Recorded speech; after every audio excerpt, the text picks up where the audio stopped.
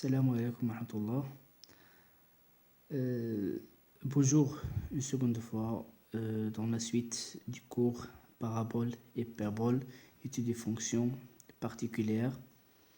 Le niveau ciblé, tronc commun scientifique, option français, professeur Zakaria Mansouri. Alors, on s'est arrêté la dernière fois dans la partie de la parabole. On a bien fait expliquer le cours, puis on a bien effectué quelques exercices. Après, on va passer maintenant dans la partie qui concernant l'hyperbole. Alors, premièrement, hyperbole d'équation y est égal à a sur x, ou bien f de x égale à a sur x. Alors, pour cela, on considère la fonction f de x est égale à a sur x. Alors, c'est une fonction numérique, bien sûr, rationnelle. Alors, le domaine de définition de la fonction f, est bien df est égal à r étoile. Pourquoi le r étoile?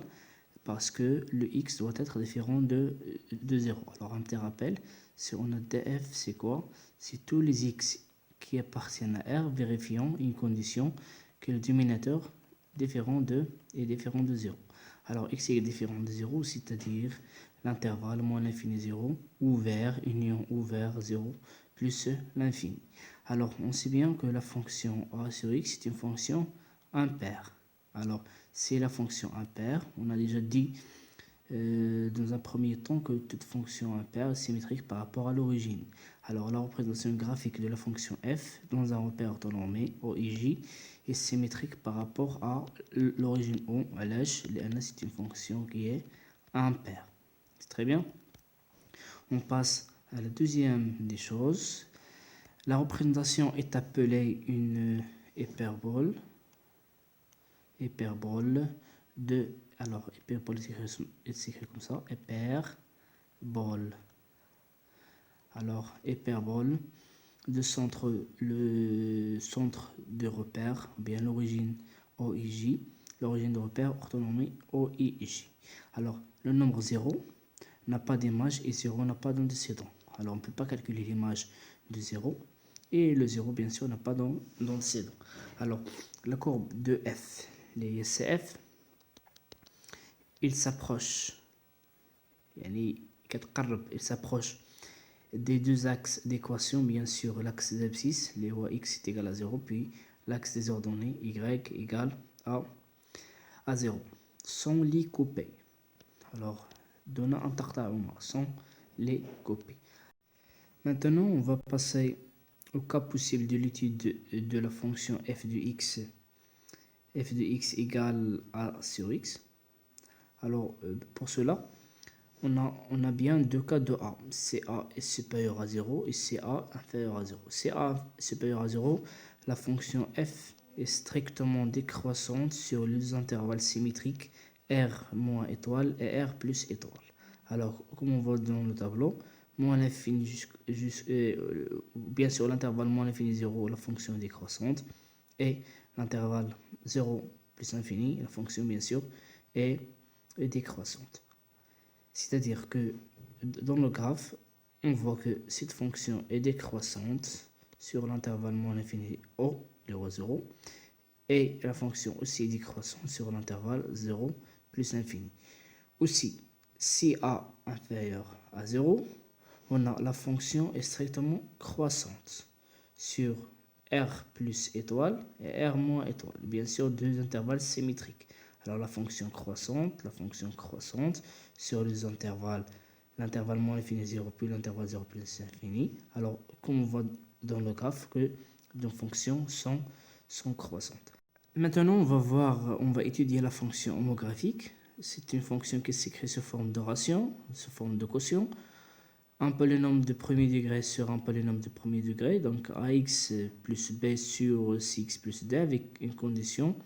Bien sûr, AB doit être différent de 0, c'est-à-dire A ou B est différent de 0, et C bien sûr différent de 0. Alors, pour bien commencer, on va faire un exercice. Alors, on considère la fonction f de x égale 2x moins 1 sur x plus 1. Dans cet exercice, on va répondre aux questions suivantes. Alors, première question, déterminer le domaine de définition. Puis, on va déterminer les réels a et b qui vérifie bien sûr f de x égale à a plus b sur x plus 1. On calculera le taux de variation de f entre le x et y. Bien sûr, x et y appartient à t de f. Après, on va voir la montée de f sur les intervalles moins l'infini moins 1 ouvert et sur l'intervalle moins 1 plus infini ouvert.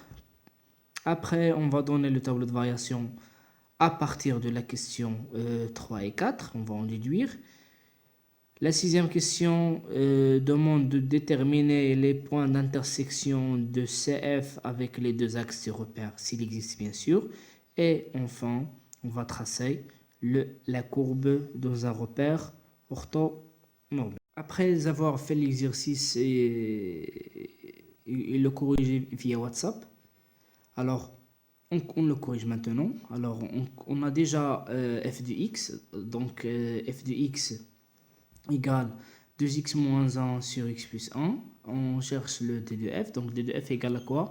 Tous les nombres réels qui vérifient une condition que le dénominateur différent de 0. Alors x plus 1 différent de 0, c'est-à-dire que x différent de moins 1. Alors c'est r sauf le moins 1, c'est-à-dire moins l'infini moins 1, ouvert, union, moins 1 ouvert, plus l'infini. La deuxième question, on cherche à déterminer a et b qui vérifie la relation a plus b sur x plus 1 égale à f de x. Alors on met le tout sous un même dénominateur, puis on développe, on obtient ax plus a plus b. Alors égalité de deux fonctions, ax égale à 2x et a plus b égale bien sûr 1 à moins 1. Bien sûr le même dénominateur, on ne l'écrit pas. Alors on aura ax égale à 2x et a plus b égale à moins 1, c'est-à-dire que a égale à 2 et b est égal à moins 3. La troisième question, on va prendre deux éléments, x et y, qui appartiennent au domaine de définition. On doit calculer le taux de variation, c'est-à-dire f de x moins f de y sur x moins y. On remplace f de x par 2 moins 3 sur x plus 1 et le f de y par 2 moins 3 sur y plus 1. Juste une petite remarque ici, c'est moins f de x, c'est-à-dire moins, j'enlève les parenthèses et je change le signe. Alors le moins là, il devient plus. Alors après un calcul, moins 3 sur x plus 1, etc. Alors après un calcul, on a obtenu 3 sur x moins 1 multiplié par x moins y sur x plus 1 multiplié par y plus 1. Après une simplification x moins y parce que x est différent de y. Bien sûr, dans le taux de variation, il faut toujours que x doit être différent de y. On a obtenu 3 sur x plus 1 facteur de y plus 1. La question de la monotonie repose sur l'étude de la fonction f sur les deux intervalles. Alors le premier intervalle, c'est l'intervalle bien sûr donné moins l'infini moins 1. Alors on a bien t égale à 3 sur x plus 1 facteur de y plus 1. Bien sûr x et y appartient à l'intervalle moins l'infini moins 1. Moins x inférieur strictement moins 1, y aussi inférieur à strictement moins 1. Donc x plus 1, si je rajoute 1 moins 1 c'est 0. Donc y plus 1 aussi c'est inférieur à 0. Dans le nombre négatif, le produit toujours est positif et 3 aussi est positif. Alors le dénominateur est positif, le numérateur est positif, alors le t est positif, c'est t positif, alors la fonction est bien une fonction croissante sur l'intervalle moins l'infini moins 1. Sur l'autre intervalle, moins 1 plus l'infini, on a t égale à 3 sur x plus 1 facteur de y plus 1, c'est le même t. Bien sûr, x et y appartient à moins infini, à moins 1 plus infini. Bien sûr, x et y différent la x est différent de y. Alors, x supérieur à moins 1, y supérieur à moins 1. On rajoute 1, c'est-à-dire que x plus 1 supérieur à 0 et y plus 1 supérieur à 0. Bien sûr, le 3 est toujours supérieur à 0. Alors, la fonction f est une fonction croissante sur l'intervalle moins 1 plus l'infini. On constate dans cette fonction homographique ou bien homographe que la fonction, que la monotonie reste la même. On a déjà vu ça dans le paragraphe de la monotonie et la parité parce que f c'est une fonction paire, c'est une fonction impaire. Alors toute fonction impaire conserve la monotonie sur les intervalles qui sont symétriques. Le tableau de variation, donc la fonction est une fonction croissante. Alors, on va voir l'intersection de C avec l'axe des abscisses. Alors, l'axe des abscisses, toujours la résolution de l'équation f de x égale à 0. Alors, 2x moins 1 sur x plus 1 égale à 0. Alors, puisque le dénominateur est toujours différent de 0, alors 2x moins 1 est égal à 0. Donc, x égale à 1 demi. Alors, le point de l'intersection, donc CF inter OX c'est l'axe des abscisses, c'est le point, c'est le singleton 1 sur 2, 0. La même chose, intersection avec l'axe des ordonnées, on résout ou bien on calcule f de 0. f de 0, c'est 2 fois 0 moins 1 sur 0 plus 1, c'est moins 1 sur 1 est égal à moins 1. Alors, CF coupe l'axe des ordonnées en un point P de coordonnées 0, 0, moins 1. Maintenant, on va passer à la représentation graphique des variations et variations de la fonction graphique f de x égale à ax plus b sur cx plus d. Bien sûr, on prend a et b différents de 0, puis c différent de 0. Alors, cette fonction s'appelle une fonction homographique. C'est une fonction qui s'exprime sous la forme a fois x plus b sur cx plus d. C'est une fonction qui a pour quotient le numérateur un polynôme de premier degré et le dénominateur aussi c'est un polynôme de premier degré. Alors la fonction f de x égale à x plus b sur cx plus d égale toujours à un certain alpha appartient à R plus un certain bêta aussi appartient à R sur x plus d sur c avec bien sûr alpha c'est a sur c et bêta c'est b c moins ad sur c carré. Alors le bêta c'est moins le déterminant, si on constate bien A, C, B, D, donc A, C, B, D, alors si on calcule le déterminant, il va nous donner quoi? A fois D moins A fois D moins B fois C. Alors moins le déterminant c'est BC moins AD. Alors c'est moins le déterminant c'est sur le C au carré. Alors la représentation graphique de F dans un repère orthonormé symétrique par rapport au point, le centre symétrique, le point oméga toujours moins D sur C, A sur C. Les deux équations x est égal moins D sur C, Y est égal à A sur C. Ce sont les deux droites que CF, elle approche de ces deux droites, mais elle ne les coupe pas. Alors, il s'appelle des asymptotes. Il s'appelle des asymptotes. Asymptotes, c'est-à-dire quoi? C'est-à-dire que le graphe, il s'approche, mais il ne coupe pas ces deux axes. C'est bien. Alors, on va constater aussi deux cas. Comme on a vu dans le premier A sur X, le A positif, le A négatif, c'est aussi la même chose ici.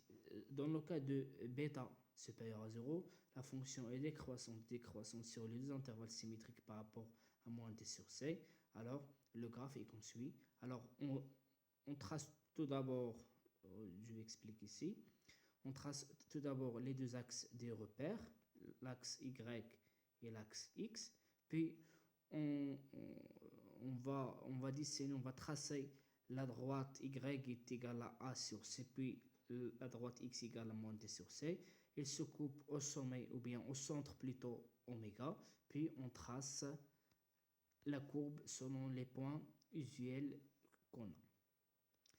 Après, on va voir le cas de bêta inférieur à 0. C'est-à-dire quoi bêta inférieur à 0? C'est-à-dire que le nombre bêta, c'est moins déterminant sur c carré inférieur à 0. Alors, la fonction f est une fonction croissante sur les intervalles, bien sûr, symétrique toujours à moins d sur c. La même chose, on trace le x et le y, ce sont les axes du repère, puis on trace y est égal à a sur c, puis le x est égal à moins d sur c. Il se coupe à l'origine oméga, puis on trace la fonction, est une fonction qui est croissante. Dernière partie du cours, c'est la fonction sinus et la fonction cosinus. On commencera bien sûr par la fonction sinus. Dans le cours de la trigonométrie, on a déjà vu la fonction sinus. Alors, la fonction sinus, c'est une fonction qui relie tout x dans R à sinus de x. On a déjà vu que le sinus est compris entre moins 1 et 1. Alors, c'est une fonction qui a pour ensemble de départ l'ensemble de R et l'ensemble d'arrivée, c'est moins 1, 1. C'est-à-dire que toujours le sinus, il ne dépasse pas 1 et il n'est pas petit. Alors, il a des valeurs maximales, un maximum en 1 et un minimum en moins 1. Pour tout x dans R, sinus x plus 2 kp, on l'a déjà vu, on a déjà démontré à partir d'un cercle trigonométrique. Alors, sinus x plus 2 kp, c'est toujours égal à sinus x. On dit que la fonction sinus est 2π périodique. On écrit 2π périodique, ou bien et périodique de période de π. Alors, la proposition 2, pour tout x dans R, la fonction sinus moins x est égal à moins sinus x. On l'a déjà démontré grâce au cercle trigonométrique. Et aussi, on constate ici que la fonction sinus est une fonction impaire. On va passer tout directement au graphe. Donc, le sinus de 0 est 0. On constate ici que cette partie se répète. La partie t, ici, cette partie, c'est la même, ici, c'est la même, etc. Alors, t est appelée la période de π. On va passer tout directement à la fonction cosinus. Alors, la même chose par analogie. La fonction cosinus est une fonction qui relie aussi tout x de R à cosinus x. L'ensemble de départ, c'est bien R vers l'ensemble moins 1, 1 sur l'intervalle moins 1, 1. Et tout x, on relie cosinus x. Pour tout x aussi, on a vu que la fonction cosinus est de pi périodique, ou bien périodique de période de pi, parce que là, on a bien démontré que cosinus x plus 2kp égale à cosinus x. La deuxième proposition, ici, pour tout x dans R, la fonction cosinus est une fonction qui est paire. Alors, la fonction cosinus est paire. Par contre, la fonction sinus est une fonction impaire. Alors, le graphe, on a bien ici que cette période elle se répète. C'est la fin du cours. Après avoir noté le cours sur vos cahiers, vous répondez à la série d'exercices que je vais vous distribuer, Inch'Allah. À bientôt et bon courage.